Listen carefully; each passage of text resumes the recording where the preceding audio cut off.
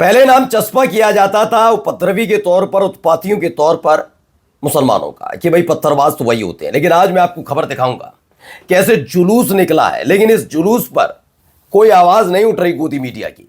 क्यों? क्योंकि नाम उनके वैसे वाले नहीं है जिससे उनको टीआरपी मिले या उनको हिंदू मुसलमान करने में मजा आए। यही वजह है क्या? पूरे शहर में जुलूस निकाला गया। अब इनकी बोलती बंद होनी शुरू हो चुकी है। जो धर्म की आड़ में लंपटाई करते थे, एक जगह की नहीं दो दो जगह की खबर दिखाऊंगा जहां जुलूस निकाला गया उन लोगों का जिन्होंने हमेशा उत्पात काटने का काम किया। वो बात अलग है, बिके हुए ईमान के साथ बड़े बड़े स्टूडियो में बैठे हुए एंकर अब चीखेंगे चिल्लाएंगे नहीं, इस खबर पर नहीं बताएंगे तेज तेज चीख कर कि आखिरकार किस समुदाय के लोगों पर कार्रवाई है। यही नहीं, आपको दिखाऊंगा मुर्शिदाबाद में नया अपडेट निकलकर सामने आया, क्या कुछ वहां पर हो रहा है। चंदा इकट्ठा किया जा रहा है, अजान हो रही है, तमाम तस्वीरें भी वहां से निकल कर आई हैं। बुलडोजर वाली कार्रवाई दिखाऊंगा। बुरके वाले मसले पर अब एक नया तमाशा शुरू किया जा रहा है जो एक वक्त में पहले भी कर्नाटक में हो चुका है। एक ऐसा ही मसला निकलकर सामने आया है जहां पर बुरके वाले मसले से कहानी शुरू होती है और अब बच्चों का इस्तेमाल किया जा रहा है, खास तौर पर ऐसे ही धर्म वाली राजनीति के लिए। कहां हुआ, कैसे हुआ, वो तमाम तस्वीरों के साथ साथ आपको लेकर चलूंगा एक और महत्वपूर्ण खबर पर, जिस खबर पर आप यकीनन रुक जाएंगे। वजह क्या है? वजह ये कि दूसरों पर घपला, घोटाला, भ्रष्टाचार का आरोप लगाने वाले कैसे अपनी जांच कराने से बचते नजर आते हैं और चुप्पे चुपके काम करते रहते हैं। नमस्कार, मैं हूं प्रज्वल गौतम और आप देख रहे हैं the live TV. The live TV, सच सबसे आगे। सबसे पहले खबर यहां से निकल कर आई है, खबर देखिए। ये कान पकड़कर इक्का सिर मुड़ा हुआ है। कौन है ये लोग? क्या ये अनवर है? क्या ये खालिद है? नहीं। क्या ये शाहरुख या सलमान है? नहीं। ये सारे के सारे चार लोग कौन है और क्या करते थे, इनका काम वो बताऊंगा।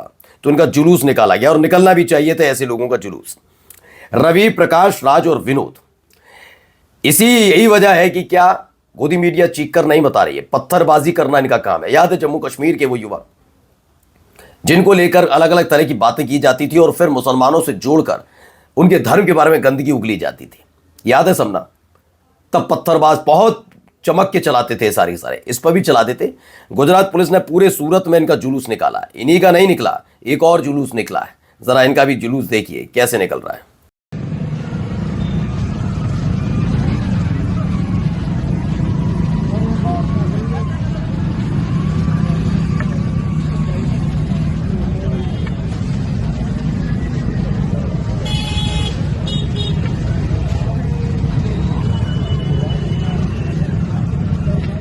तो इनका भैया निकल रहा है जुलूस।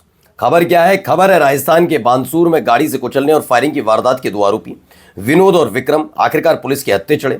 दोनों महिला के कपड़े पहनकर छिप रहे थे, लेकिन कानून से बच नहीं सके। पुलिस ने उन्हें उसी भेष में बाजार में घुमाकर उनके अपराध की सच्चाई सबके सामने रख दी है, लेकिन कोई बोल नहीं रहा। वो कट्टर सनातनी कहाँ गए सारे के सारे? अब आइए अगली खबर। यह मसला भी बड़ा होता जा रहा है, ये देखिए पहले।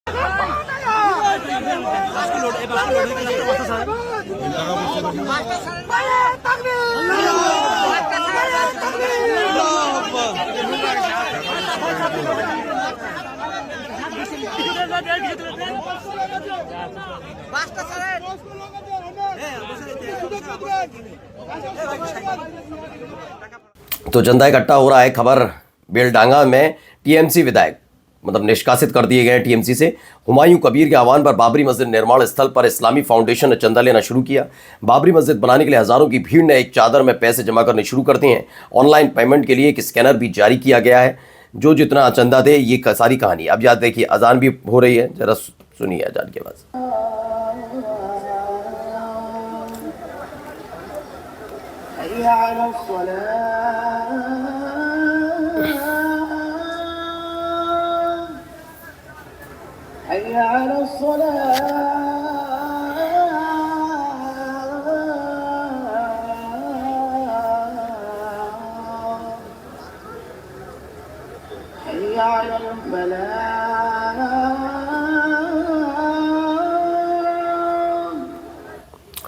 तो अजान हो रही है। दरअसल पश्चिम बंगाल के मुर्शिदाबाद में बाबरी मस्जिद की नींव डालने के लिए मुअज्जिन ने हजारों लोगों को संबोधित करते हुए अजान दी। अजान के बाद कुछ लोगों ने मस्जिद निर्माण वाली जगह पर नमाज अदा की है। ये एक तस्वीर निकली, तस्वीर और भी हैं। पहले देखिए खबर निकली है। खबर क्या हुई है मैं आपको समझाता हूँ। 6 दिसंबर 1992 के दिन बाबरी मस्जिद तोड़ने वालों में एक अंचल सिंह भी थे। वो मां बाबरी की दीवार पर चढ़ने वाले पहले शख्स थे। जय श्री राम के उद्घोष के साथ मस्जिद तोड़ना शुरू किया और थोड़ी देर बाद गुंबद का एक हिस्सा भरभरा कर गिर पड़ा। अंचल भी गिर गए और फिर जब होश आया तो उंगलियां बेकार हो गईं। दोनों पैरों से लाचार हो गए, ना खड़े हो सकते हैं ना कोई काम कर सकते हैं। आधे शरीर से अपाहिज हो चुके हैं। इस बात को 26 साल हो गए, लेकिन किसी संगठन वाले ने मदद तो दूर की बात है, एक गिलास पानी तक नहीं पहुंचा। इनकी 5 बेटियां हैं और घर का खर्चा पत्नी मजदूरी करके चलाती है। याद है गुजरात दंगा, गोधरा में एक पोस्टर बॉय था, आज वो मूची का काम करते हैं और उन्होंने किस तरीके की लताड़ बीजेपी को लगाई है। मैंने कहा ना, हर इंसान अपने अपने बारे में सोचता है, वही हो रहा है। अब आइए एक अलग खबर कर्नाटक से निकली है। ये कर्नाटक में हर 4-5 साल बाद ये तमाशे करने की कोशिश होती है और खासकर जब कांग्रेस की सरकार होती है तो जरा देखिए बीजेपी कांग्रेस का किसी को करते हैं तमाशे, क्या हो रहा है।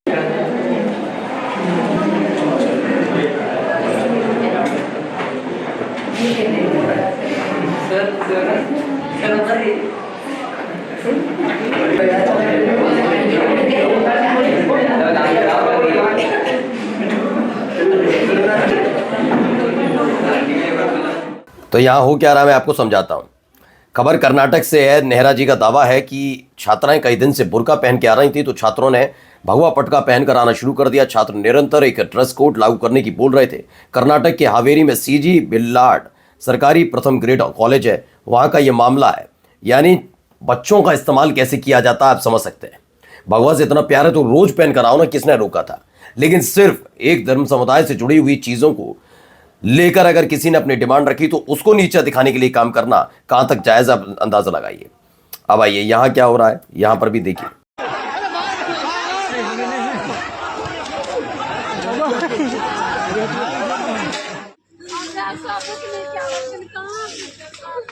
तो एक दो परिवार नहीं है और किस समुदाय की महिलाएं हैं आप अंदाजा लगाइए। 280 परिवार हैं। एक साथ 280 परिवारों पर चला बुलडोजर, जमकर रोड़ेबाजी और आगजनी हुई। यह खबर निकली। अतिक्रमण हटाया गया। बताया गया मंगलगढ़ कोठी के प्रबंधक है विपिन कुमार सिंह, उनकी 13 एकड़ की भूमि पर 1993 में कब्जा कर लिया था कोर्ट का आदेश और उसके बाद इन लोगों को हटाया गया है।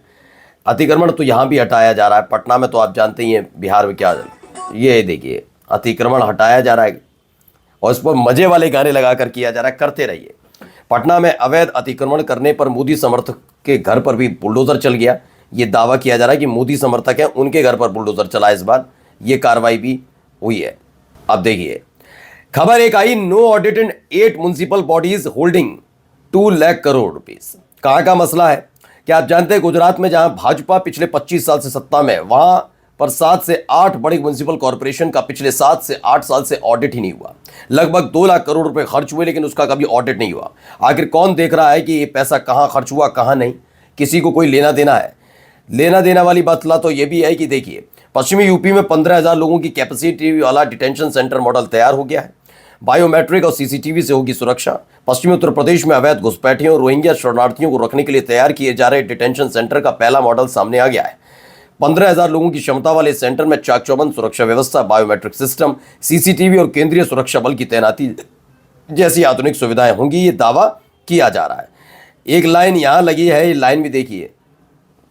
लाइन में लगाना बड़ा पसंद है हमारे साहिब को, तो ये भी लाइन में लगे हैं।